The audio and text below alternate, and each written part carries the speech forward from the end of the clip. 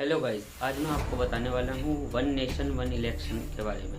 One nation one election, अरे हमको क्या मिलेगा? ये भारत की जरूरत है। इसमें आपत्ति क्या है? ये चलने वाला नहीं है। एक देश एक चुनाव होना चाहिए, एक मत। One nation one election bill जो है, प्राइम मिनिस्टर ने अपने इंटरव्यू में कहा है कि वो one nation one election bill जो है इंट्रोड्यूस करने वाले हैं विंटर सेशन में पार्लियामेंट में।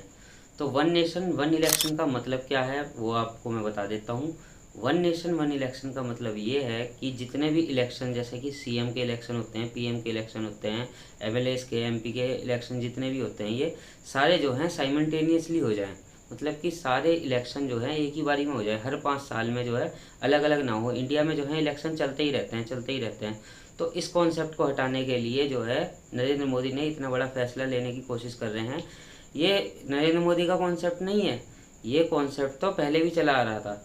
ये 1951 से लेके 1967 तक जो है साइमल्टेनियसली इलेक्शन होते थे इंडिया में। उसके बाद से जो है ये चैन टूट गई थी।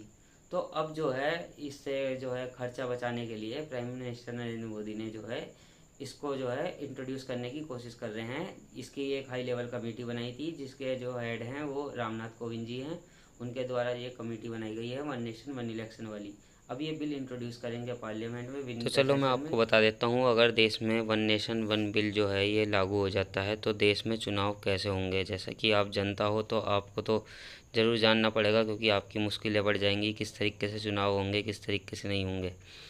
तो वन नेशन वन इलेक्शन में 100 दिन से ज़्यादा का तो अंतर बिल्कुल नहीं होगा, ठीक है। 100 दिन के अंदर ही इलेक्शन हो जाएंगे और ये 2 चरणों में होंगे चुनाव। पहले चरण में जो है चुनाव होगा लोकसभा विधानसभा का, और दूसरे चरण में जो चुनाव होगा वो होगा पंचायत और नगर निगम का।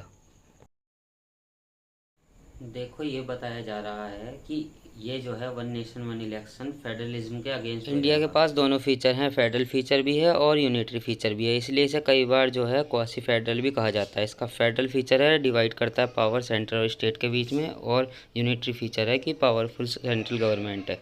अगर one nation one election approve हो जाता है तो उसके बाद क्या क्या अमेंडमेंट करना पड़ेगा। पहले तो कॉन्स्टिट्यूशन में अमेंड करना पड़ेगा, उसके बाद रिप्रेजेंटेशन ऑफ पीपल एक्ट 1951 में, फिर जो है रूल बुक होती है पार्लियामेंट की, उसमें भी चेंज करना पड़ेगा। कमेंट में बताइए आपके हिसाब से एक देश एक चुनाव होना चाहिए या नहीं।